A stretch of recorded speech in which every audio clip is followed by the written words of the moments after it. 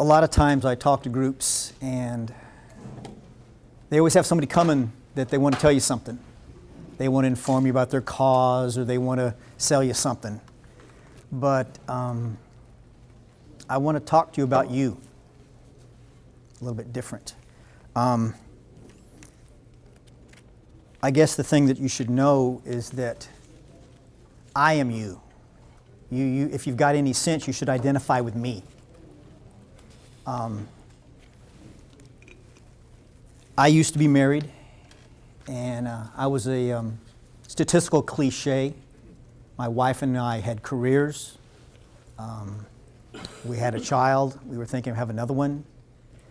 We lived in a nice neighborhood, corner lot, brick home, 4 bedrooms. We had a child, a dog, the American kind of dream. We had goals. We had our plans. And like I say, I was a bit of a cliche almost. There were a lot of people like me.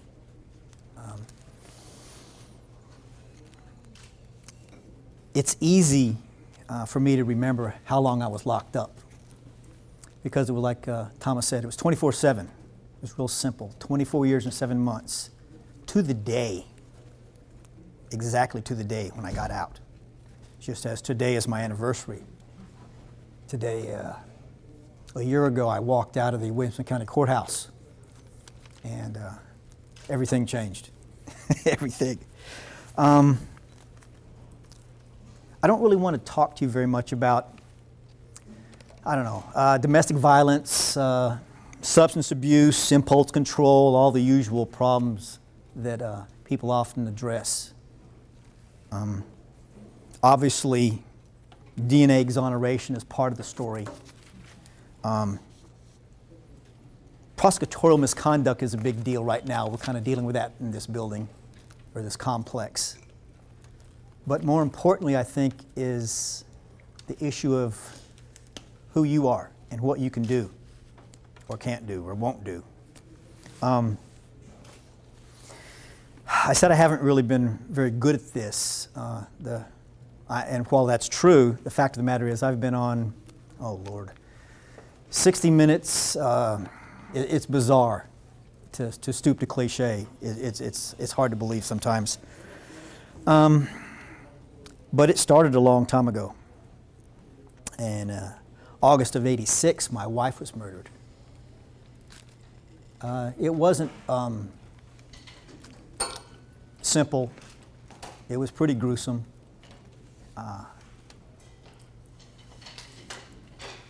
To this day, it still affects me, because there was a lot of blood and brain matter around our bedroom. And I was called a lot of names and accused of a lot of things, but the gist of it was that in short order, in February the following year, 1987, I was convicted and given a life sentence in the Texas State Penitentiary. As Thomas mentioned, it was a very different world back in '87. Everybody thinks about the who were, people, who was in the White House, what was going on TV.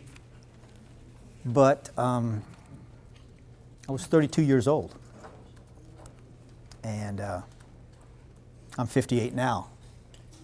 That's a big chunk of your life, whether it's your career, your earning potential.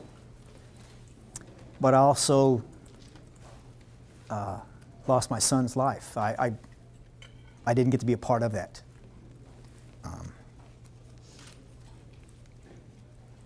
It wasn't a completely preordained sort of thing. I had good lawyers. I mean, this wasn't a case of some poor guy not being able to defend himself. That's why I say that you should identify with me in some regard. The attorneys I had did the best they could, but they smelled a rat. And because of that, that unforeseen or unfindable rat, I said I lost my son. Well, that was like the biggest thing to me, but there's also one's liberty and freedom. Your ability to just move around, things that you take for granted. I also lost some intangibles, like my reputation. Now, not everybody has a reputation. I wasn't well known, except for my close friends and family. But I quickly became well known. I was on TV. I was in the newspapers, and radio covered it. I mean, for the media of the time, everybody knew me. Even before I got convicted, people recognized me in restaurants, but not in a good way.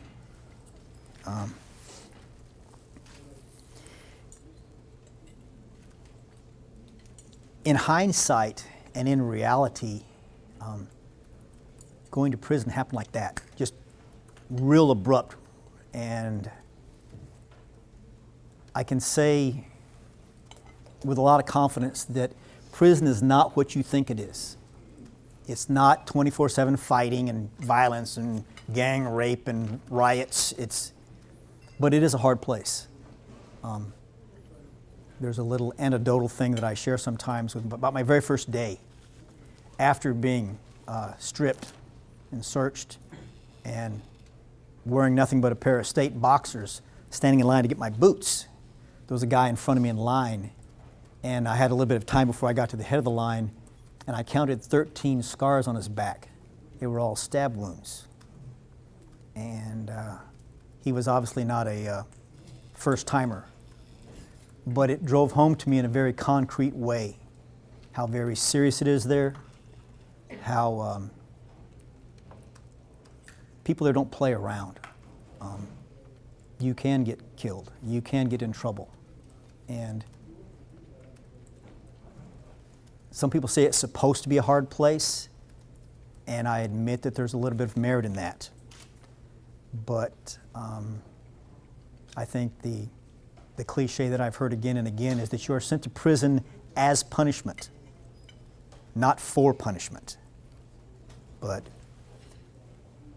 nevertheless, it's a hard place. I'm not going to lessen that at all.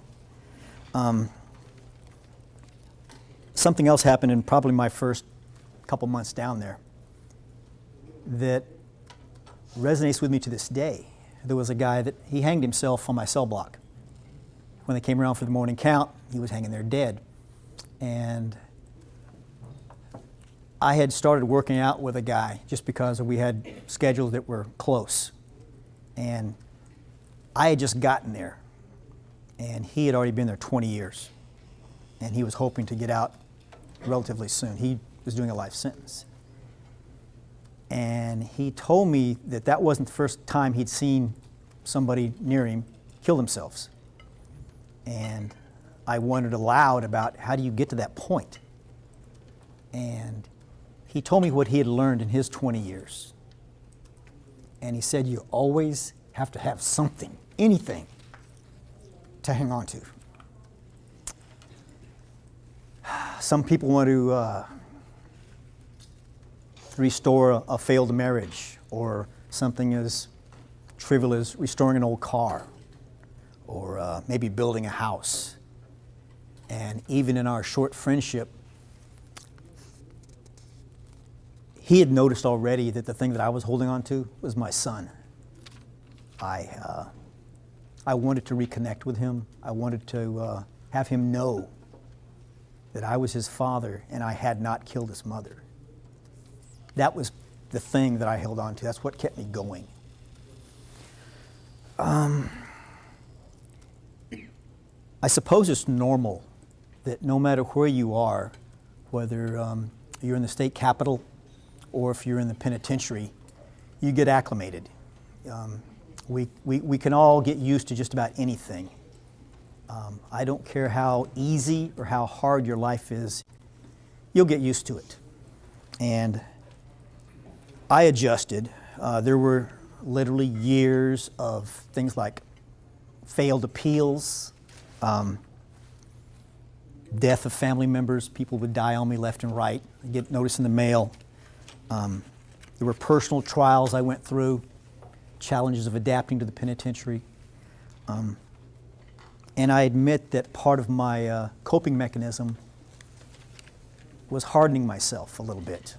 You may call it a hardening of the heart, but it's purely it's a survival technique. You do what you have to do. But through all that, I always had my light at the end of the tunnel, that I always looked to my son. He was my hope. He was my goal. If any of you have children, you probably understand that visceral, almost chemical thing that happens in you when you have a child. And they mean everything to you. You will literally sacrifice yourself for them.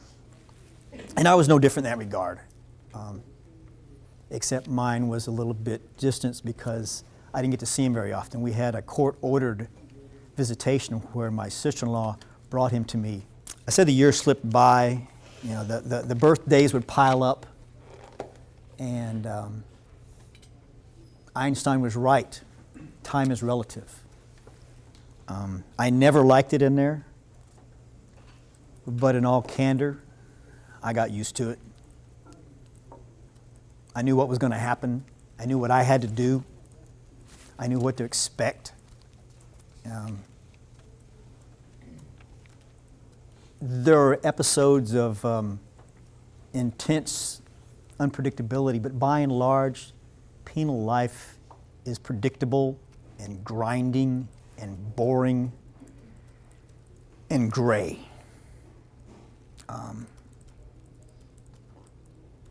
But it is predictable.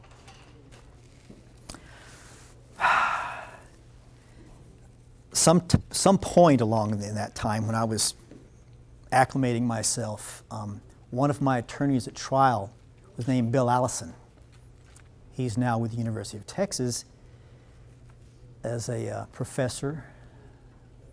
He had an old friend back then that they had visited each other from time to time. Bill would go up to New York and be a guest lecturer at the law school up there. And his old friend was named Barry Scheck. And most of you first heard of him at the OJ trial. He was the DNA guy. Well, he started the Innocence Project. And my attorney, Bill, went to him and said, look, I've got this guy, and I've always saved that file. So he put me in the stack, and I started working my way up toward the top of the Innocence Project stack. And while I was waiting for that, I was doing some of my pro se legal work, but I always kept my eye on my son.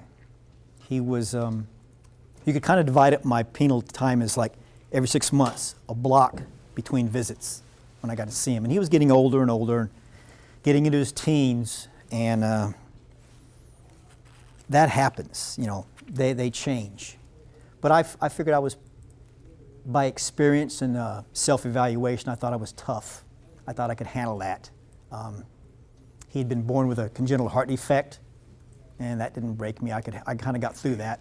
When he was 3, he had open heart surgery that remedied the situation. It was one of the most brutal times of my life, but I could handle that. It didn't break me. My wife Chris's murder didn't break me.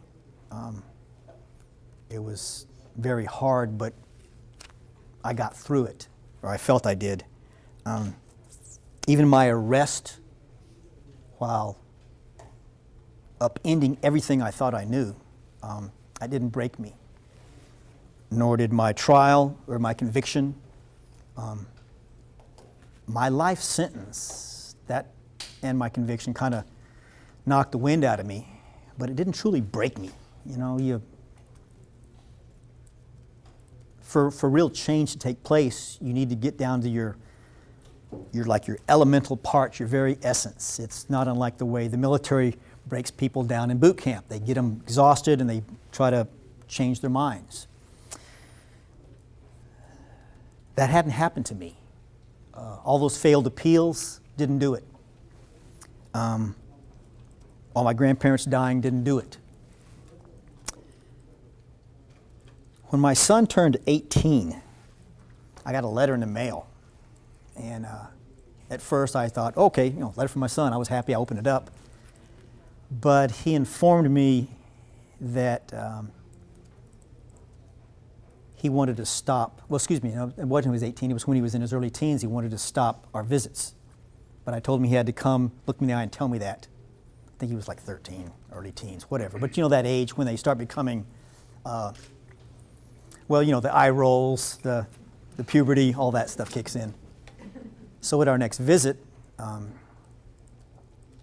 he told me that this was going to be our last one. And the visits are scheduled for 2 hours.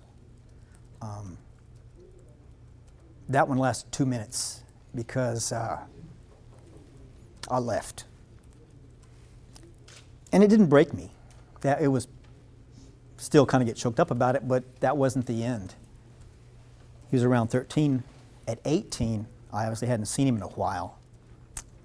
18, he's an adult. And I got another letter, been a long time, and I was real excited about it. But I was notified that he was having his name legally changed, and he was going to be adopted by my sister-in-law and her husband. They're not bad people, but the last thing I had, that's what broke me.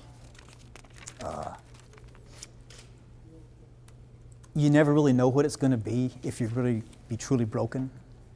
And losing my son is what did it. Now, it might have been the straw that broke the camel's back. It might have been losing the most important thing in my life. I don't know. But that's what did it. And I did something very uncharacteristic. If you talk to anybody who knew me back then, the uncharacteristic thing that I did is when I had nothing left, I cried out to God, hey, show me something. What is this? I'm screwed here. And I got nothing. Nothing happened. No voice from above, nothing. But about, a couple weeks, 10 days, whatever, a short time later, I figuratively and literally saw the light. And everything turned around. I'm what some people call the prodigal son. One of the things that happened is I had been planning, how shall I put this? The early demise of a number of people responsible for my incarceration. I had different MOs. I had plausible alibis. Each one was going to go in a different way. I hated them for a long time. And I was the guy to do it. But when all this happened, I consciously forgave them. I let it go, literally. And it was, that cliche is true, a weight came off of me. I'd heard it before, but an attorney friend of mine, John Rayleigh, had said it's holding that kind of hate in your heart is analogous to drinking poison and hoping he dies from it. It'll kill you. And it was killing me. Everything. My perspective changed. Everything's different now.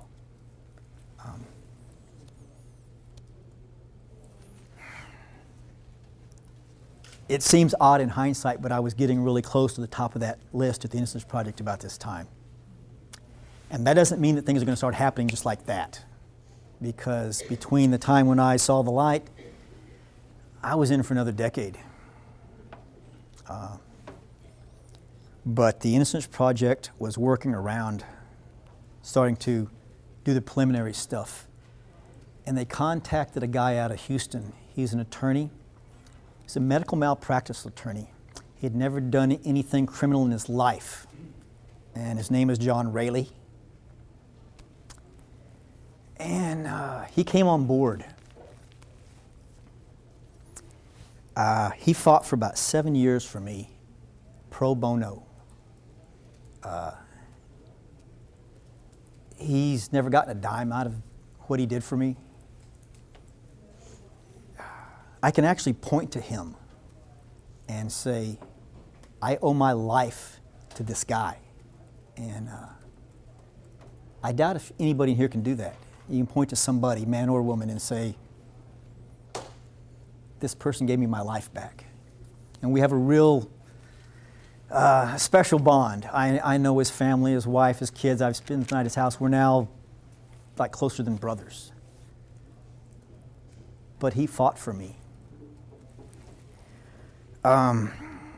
Back then in 86 and 87, the district attorney, his name Ken Anderson, you may have seen him in the media recently. He is now a district judge.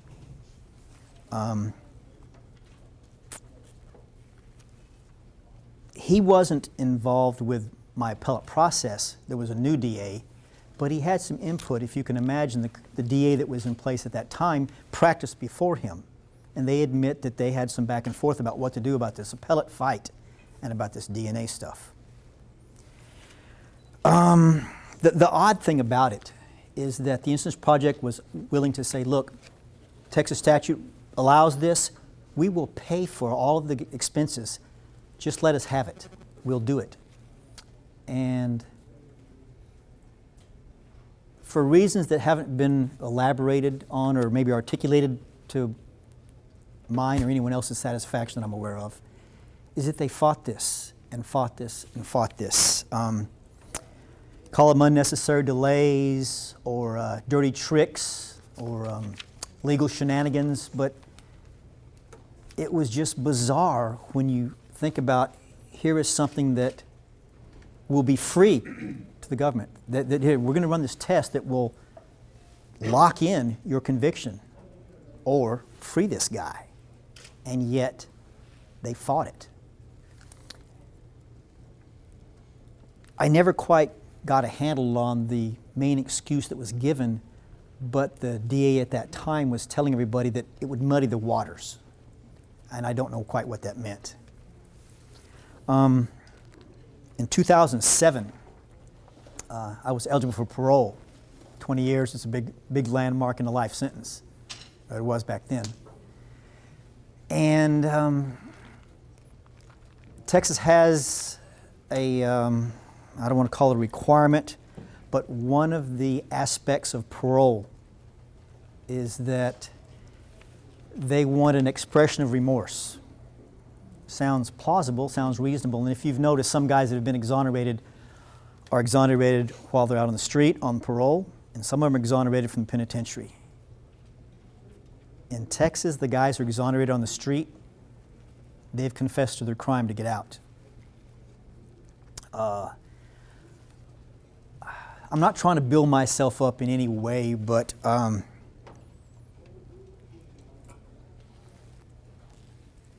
I knew that if I did that, I'd have to face my son.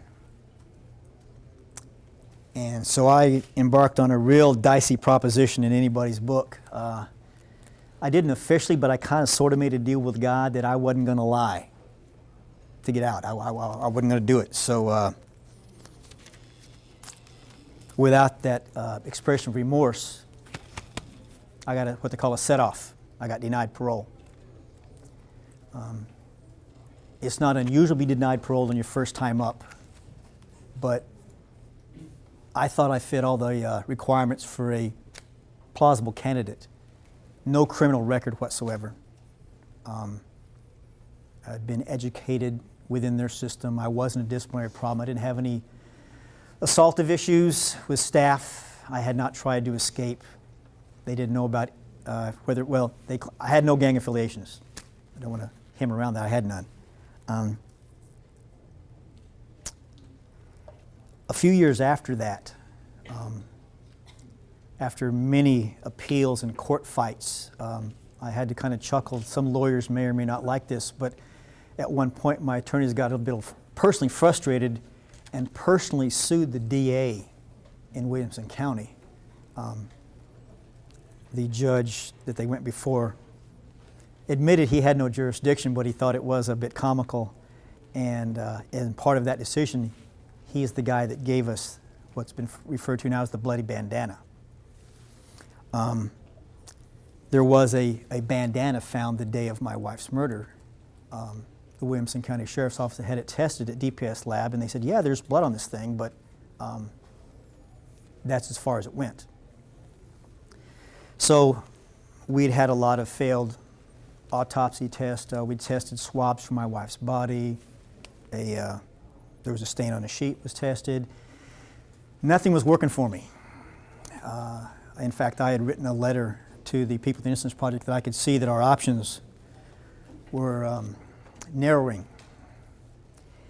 And I understood that they had limited assets and that there was really no point in throwing good money after bad.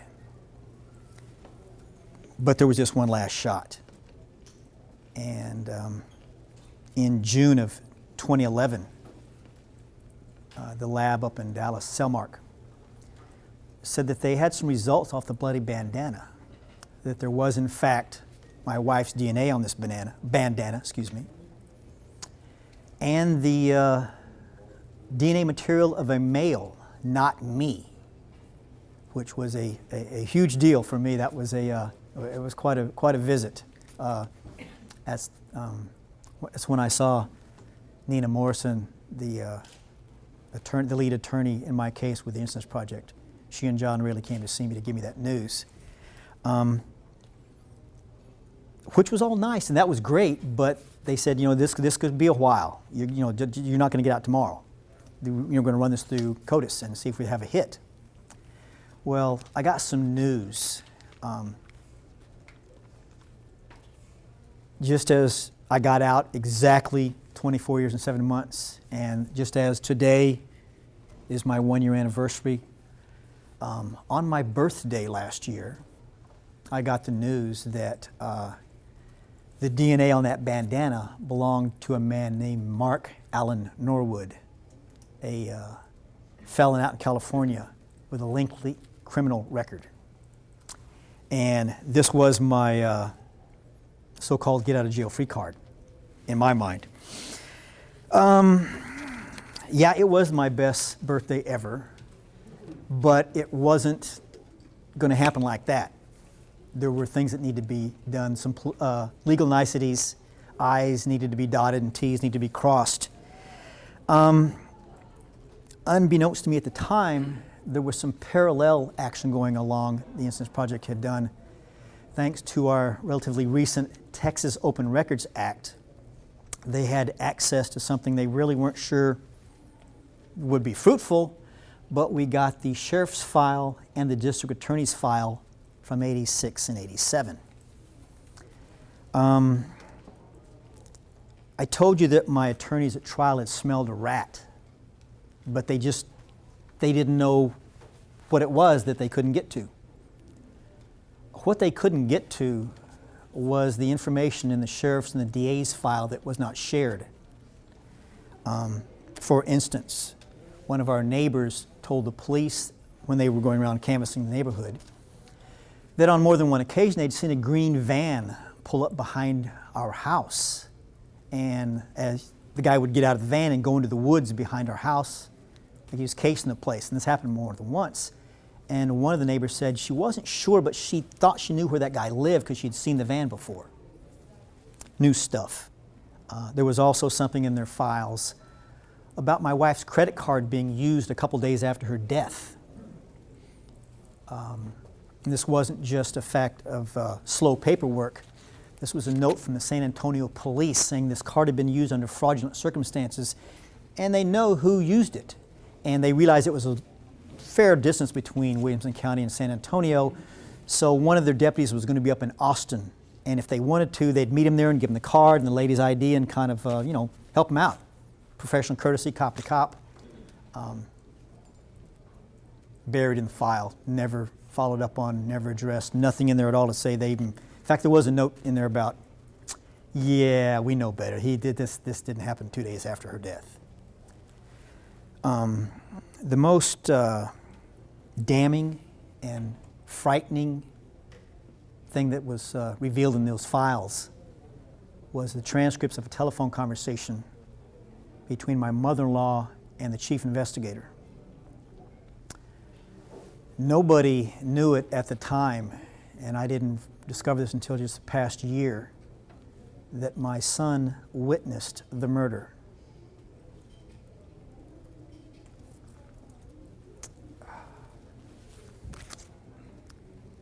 He doesn't remember it now. He was only 3, but he saw it happen.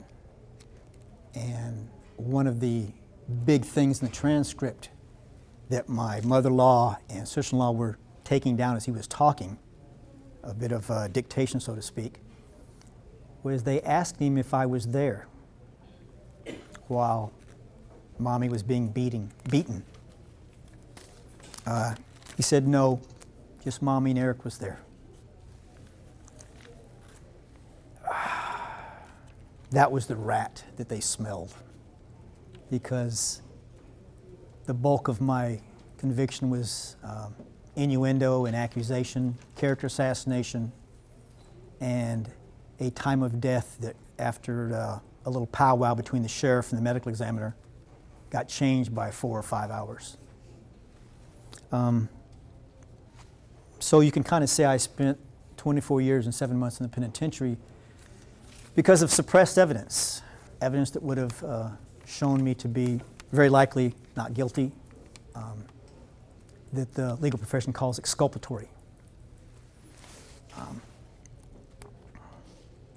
On October 1st of last year, I'm sitting in the penitentiary, and the DA at that time called the Innocence Project, and he wants to make a deal.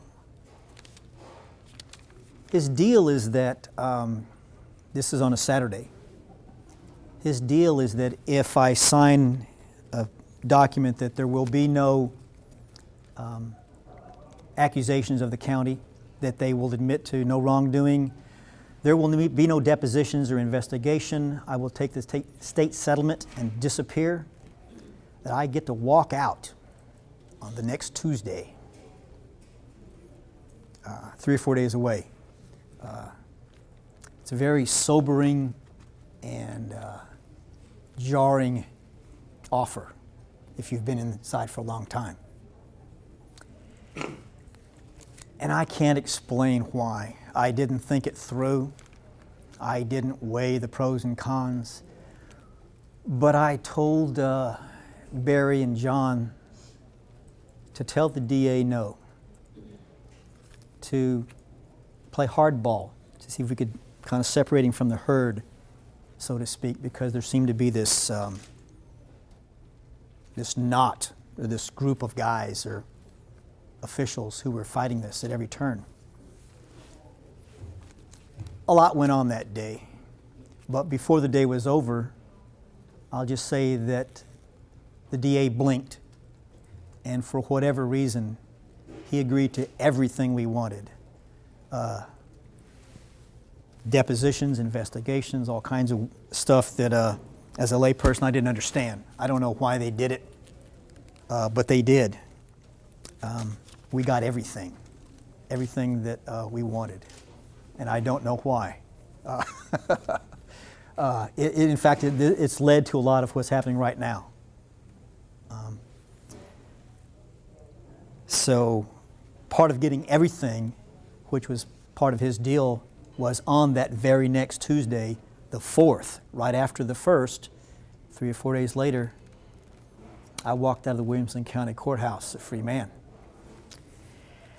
24 years and 7 months to the day. I went in on March 4th, and I got out on October 4th. This being my anniversary. I literally went from a world of concrete and steel to one of marble floors and golden bathroom fixtures, because that first night, the Innocence Project put me up in a very nice hotel room in downtown Austin. The sensory overload was wonderful, but I actually spent part of that night, once I was alone, walking barefoot between the marble floor and the carpet and back and forth. And I took a shower by myself for the first time in decades.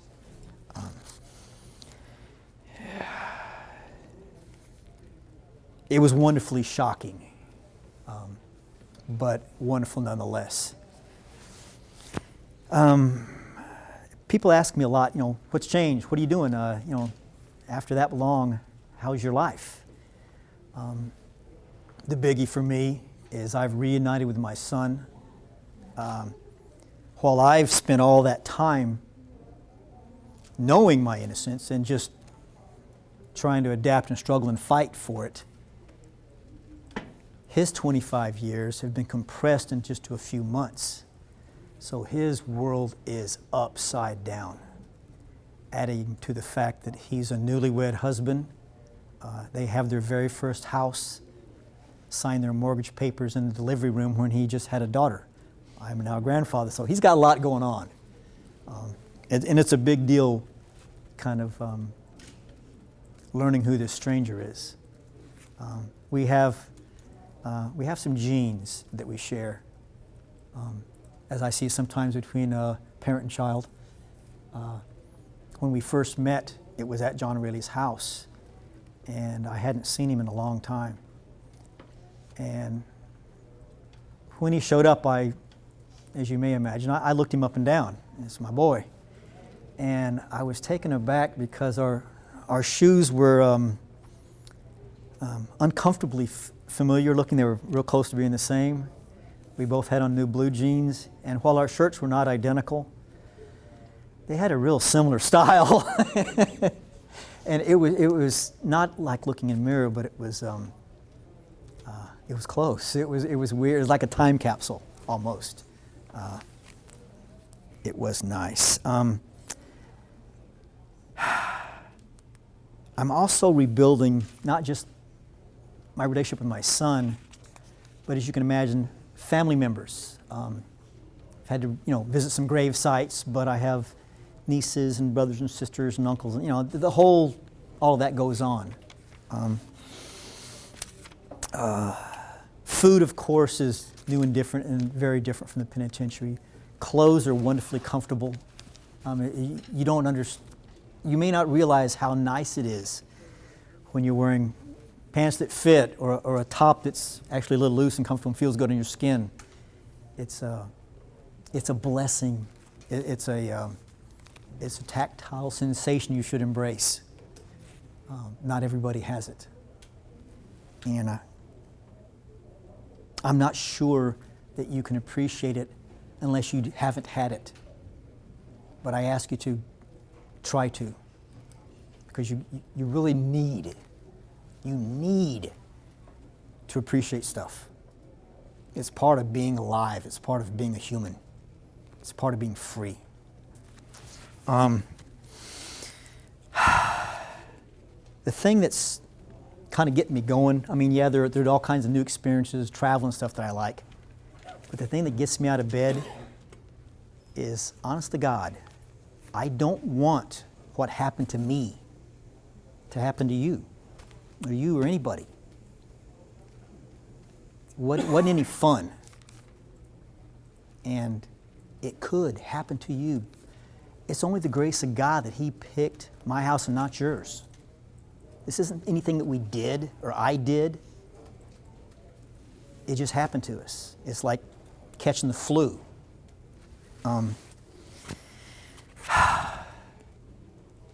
Some things are going on now. There's going to be a rather rare court of inquiry for Ken Anderson, the man who was the DA who helped suppress or appears to have suppressed some of this evidence. Norwood, the guy whose DNA was on that bandana, he's going to stand trial this January. Things are starting to, come together for that. All of that's fine and good, but it's not going to bring back my wife. It's not going to give me back my 25 years. It's not going to return my son's youth to me. I'm never going to see him play Little League or join the Boy Scouts or graduate high school and college. And he just got his master's, so I'm real thrilled about that. But something that we can do, everybody in this room, there's something that you can do that'll keep it from happening to you, because it can. I'm proof of that, because I was just like you. I hadn't done anything different. And I think it can be done with a little bit of legislation or maybe procedural policy changes or something along those lines, something in this Capitol complex. I don't think prosecutors as a group are the bad guys. Their job is putting bad guys away. They're not the boogeyman. They should be embraced. They're our representatives. And prosecutorial misconduct, as Barry Scheck says, is not an epidemic, but it happens. You're probably wondering, well, you're an average person, what can you do? I don't know. I haven't thought any of this stuff up, but others who are much more talented and smart and educated than I am have started a website that you can go to. It doesn't want your money. They don't want anything from you, but you can go to michael-morton.com. And if you want, afterwards I'll give you a card that's written on there if you can't remember it. And it's real simple. It's got some links to it. It'll give you the history of my case, what happened. It'll have the link, I think, to 60 Minutes and I think the Evan Smith piece with PBS TV. But it also has a little link on there that tells you who your legislator is, depending on where you live. And a little petition that you can click on and let them know how you feel about this, because politicians are people too. They have to weigh between public perception on one hand and the folks who contribute to the campaigns. I mean, to get them elected, and they have to do this balancing act. It's not wrong, it's not bad, but that's the way it is. And they have to know how you feel, and you can do it with a click. You don't have to write a letter, you don't have to make a phone call, you don't have to go into anybody's office and beat on the door, stand on their desk. It's real simple. Even I can do it. I said the prosecutors aren't the bad guys, and I'm not looking for a revolution of the system. This is a small little tweaks in the law, things that we can do that'll have a large effect. And it can be done by the folks who are good at writing those things, and I'm not one of them. I understand I'm the flavor of the month.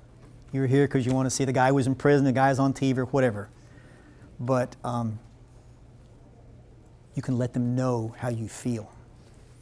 I told you at the beginning that I'm not here to sell you anything or get you to give money to any project or cause, but I'm here to tell you about you.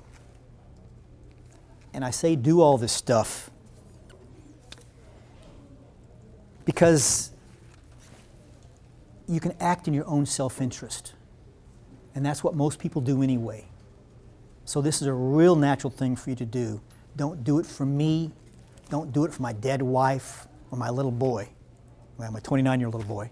But do it for yourself. Because I'm telling you, it can happen to you. Because if it happened to me, there's no reason why it happened to you. We don't want revenge. We don't want anybody's head on a stick. But think about all this is accountability. We just want some accountability with the people involved in the process. It's that simple. I thank you for your attentiveness. You've been very kind. And you probably have lives to lead where you actually have to be someplace. So I thank you, and good afternoon.